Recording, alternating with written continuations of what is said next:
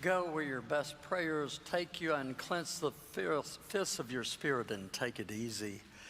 Breathe deeply of the glad air and live one day at a time. Know that you're precious and learn to trust. Amen.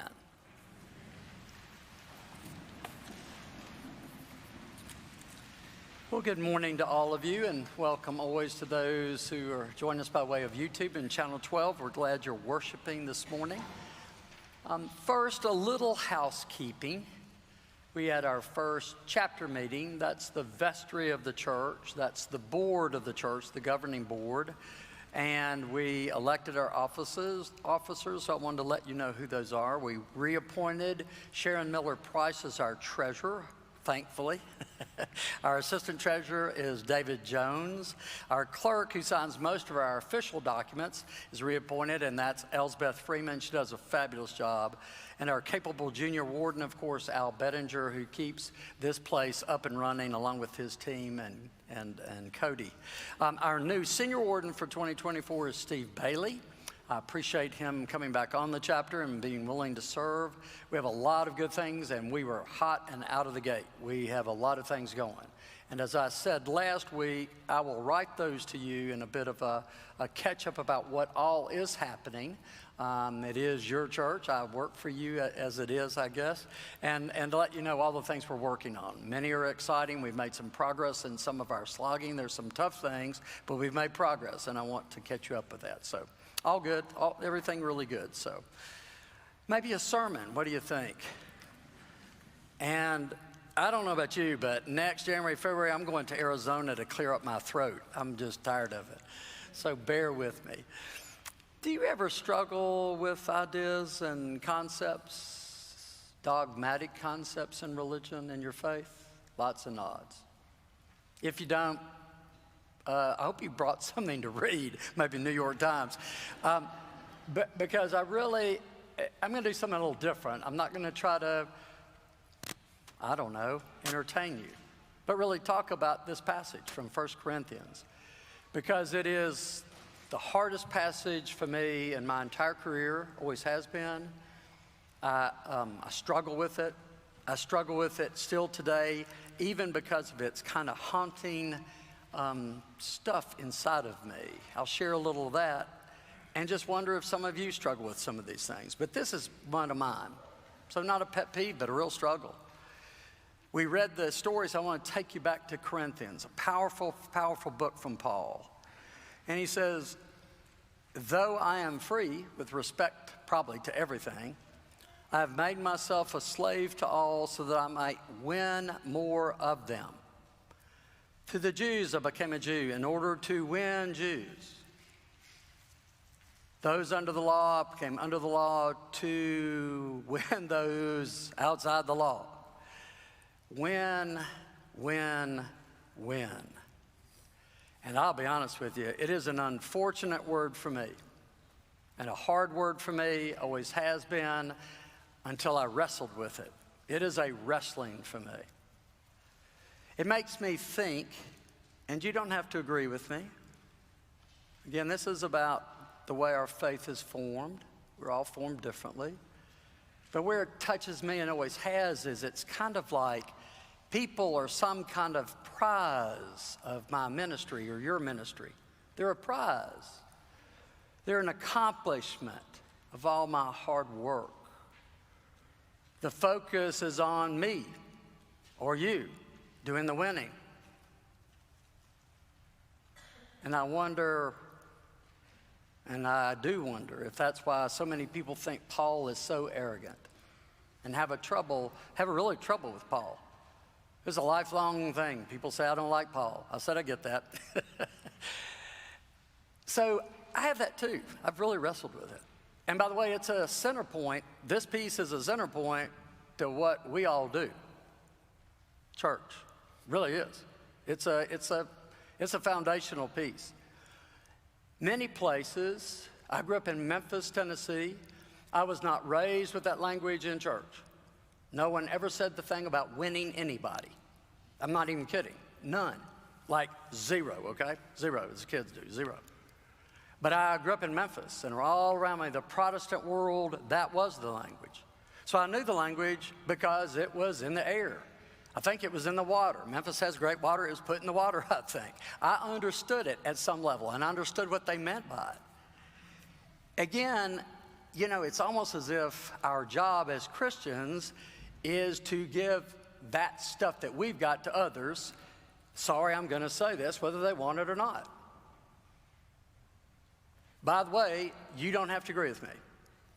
I really want you to not agree with me if that's not okay for you. It's all right.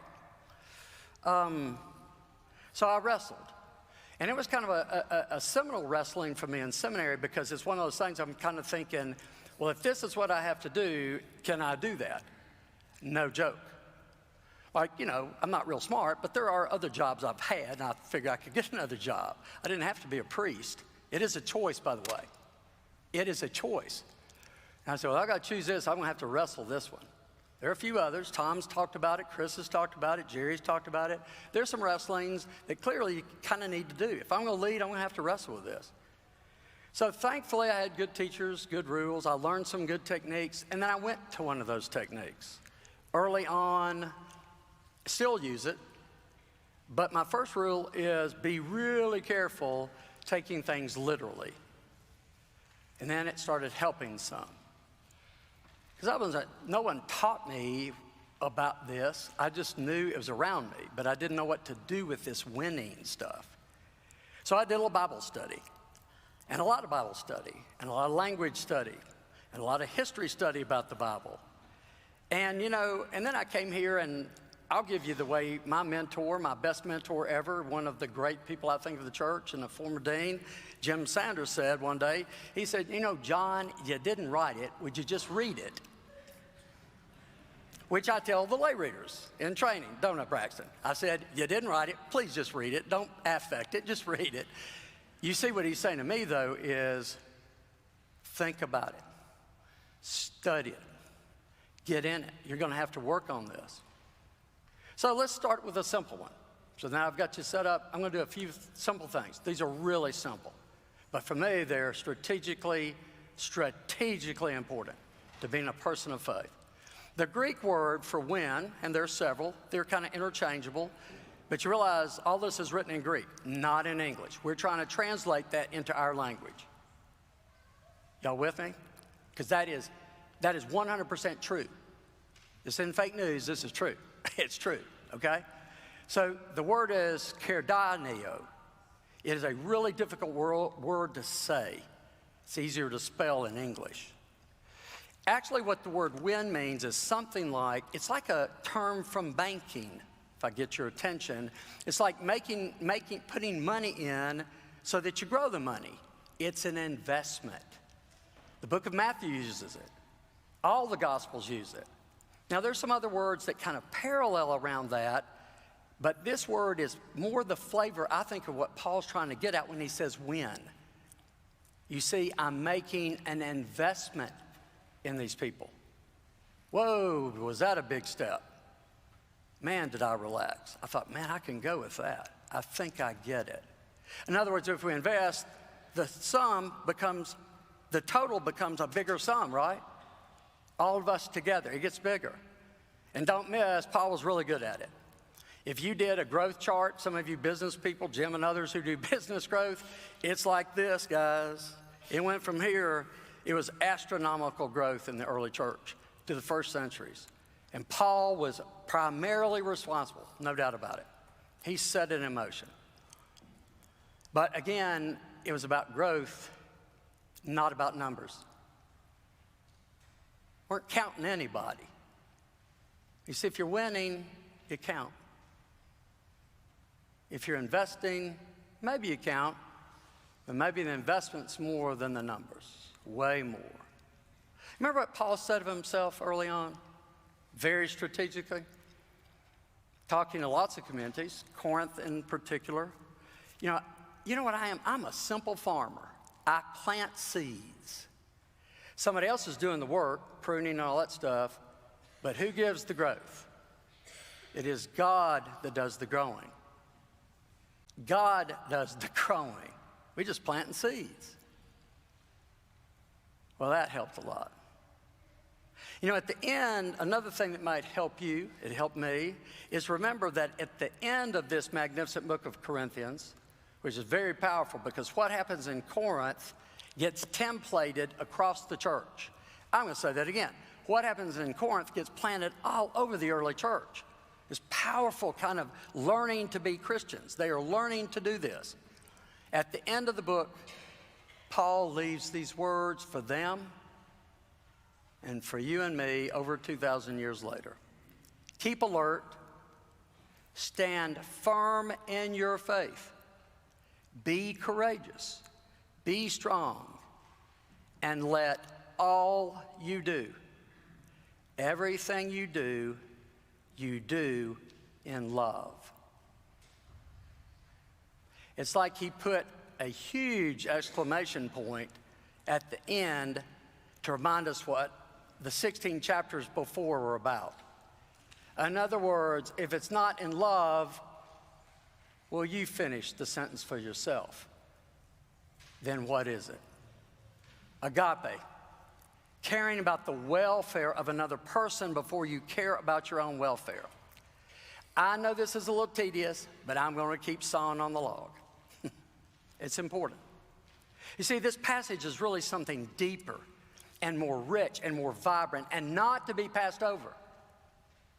Again, I know this is a little different kind of preaching, a little more teaching, but it's really important. In today's world, it is essential because of where the church is, the larger church, that we stay grounded and focused on the mission that was set by our mothers and fathers 2,000 years ago. And I mean that. It is really important.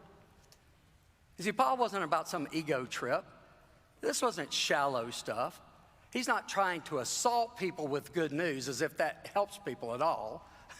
He's not trying to show disrespect. He's not trying to call them on short. He's not trying to point out that they're heathen and sinners. All the stuff that we assume that he is doing or that we should be doing, or their errors, none of that. Or that they're going to hell. He's not doing that either. He's trying to lead people where he has been. He said this powerful thing. It is true. It is real. It has changed his life. Think of this. Did you hear the collect? It's right out of Paul. Abundant life. That's what Paul says I found. I found something I can't have anywhere else. So you get it. It's important. It's the deal. We want people to have abundance. Paul was trying to give them something of himself. So maybe if he does, they can see a little of what he has seen. They can hope a little of what he is now hoping. And truly, they can dream of how Paul dreams the future.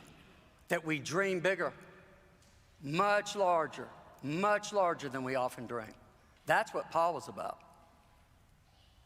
Yep, I've done that dreaded thing. I've used a curse word in the Episcopal Church. I've talked about evangelism. Because you see, it's not separate from our faith. It's essential. I know we don't talk this way very often, but it's a key. It is a key. The way we do is the way we are. And this is an essential piece. What is our work? What are we to do with this faith? Paul's trying to give that to us. Well, we know we're supposed to give it away. Paul says, well, maybe try this way, but listen deeply to his life. Let's do it another way. Some years ago when I was a young man, and somebody reminded me of this, a Bible study, because they said something about Sister Emmanuel, and I went, oh, I know that story. I was about 15 or 16. It must have been the early days of 60 Minutes or one of those programs. And there was this nun that I just stopped because I thought I heard what they were describing in the interview. She was at that time very young, really young. She was 65. And you know what she was asking herself? She was a teacher, by the way. She'd been a teacher for 30 or 40 years, brilliant teacher. She was from Belgium, and had taught all over Europe. And she started asking herself, what am I going to do with the rest of my life? Which I thought as a kid was great. God, that's cool. I am that kid now, but anyway. what am I going to do? And so she started praying to God. And God, unfortunately, or fortunately, gave her an answer. And she ended up in Cairo. She ended up at the city of garbage, living in the city of garbage. The garbage men, the garbage people, pick up the garbage in Cairo and take it back to this place. And they live there. It is one of the most desperate spots at that time on the planet. And then people bring their pigs to eat the garbage. By the way, I want to point out something. That boy, does that impinge on all these people who have to live there and who pick up the garbage because they're Muslim. And they're not supposed to be anywhere near those pigs. So they become not only outcasts, they are now the outcasts of the outcasts of society. And that's where God sends this 65-year-old nun to work. So she moves in, walks around, talks to people, wears this strange habit. By the way, there are no white Christians there. There are no brown Christians there, and there are no black Christians there. There are no Christians there, none. They're Muslims, which doesn't seem to bother her at all. She just starts living with people, eating with people, inviting them to come over. These garbage collectors and their miserable families. So then she gets an inspiration that if they don't get education, this is never going to change. So she starts a school. First school is ever there. Gets the kids in, starts to teach them read and write. The parents know exactly what she's doing, and they try to help. But boy, they don't have much. The school grows, it just goes on. Simple work. She's a teacher, by the way. She knows how to do that. Then after a while, she gets this idea that she'll organize a little bit. But let me tell you what she did. She realized the jobs were killing these people, and the kids were often involved. They were having to carry the garbage. They not only collected it, they had to carry it back to the city of garbage. Like, no joke. They would pick it up at my house in Bearden, and they'd have to bring it back downtown. Catch it? So she went out and found the few people who had trucks and vehicles, started organizing them. She became a labor organizer, but not a union. She said, why don't all of you with vehicles help the people pick up the trash? Let's not make the people be the mules any longer. And that actually changed the dynamic, and it started growing. Actually, it became more efficient. Amazing how that works. And then she kept talking to the government and saying, please, please come down and help these people. Do you know that she lived there every day for 20 years? And seemed happy. We know about Sister Teresa. We know about all these other people. People don't even know about her. And there she is doing this amazing work. When I preached this earlier, Jerry said, you know what you didn't say? I said, what I didn't say? He said, but I was thinking it. So Jerry, thank you. She didn't try to win anybody. Not one soul. Not one. What she tried to do is serve them in a way that was meaningful. Right where they were living, who they were, how they were, and the poor trajectory they were on. Just like Paul was trying to do. I'll become whatever I have to become, not to talk the gospel, to walk the gospel. So now you got full circle. That's where I land. In the interview, by the way, that I watched as a young man, that influenced me greatly, I had to be reminded of it later in life. She said this. They were asking, well, now what's next? Well, she's 80-something, and she said, I don't know. And the interviewer actually asked her, do you worry about dying or think about dying? She looked at him and she said, she pointed behind her, and on the wall there's this beautiful painting of angels dancing in the stars and the moon, holding hands. And she said, one of these days, they're going to come down and offer me their hand, and I'm going to go dance with them in the kingdom of heaven. You see, Sister Emmanuel was pointing to that picture of heaven because it was what she had found on earth. She found heaven where she was living. She was happy. She loved what she did. It was meaningful to her. It became who she was, as it did for Paul. Now, before you jump up and run out of the door, we are not called, and you're not called, to move to the city of garbage. You're not. You're just not. That's not my point. Please don't do that. We do that all the time in church. Use as examples like we're going to achieve that. Not going to achieve that. You're not called to do that. Probably couldn't do that. I know I couldn't. You're just called. You're just called, as she was, as I am. We all are, to share our faith, in love. And when you do, it'll grow your faith. If you don't use it, I promise you'll lose it. So if it's personal to you, you're wasting your time. I'll say that again. Personal faith is a waste of time. It feeds you. That's not the Christian model. There's a whole lot of that being preached. It's about me. No, it's about us. God wants you. He wants me. He's called us all here. And you know what? It's a lot of fun. And it's productive. So if you don't work on this, I don't know what to do. I'd say go home and start at home. Go home and start at home. That's where it begins. And when you walk out the door tomorrow, take it with you. And let God take it from there.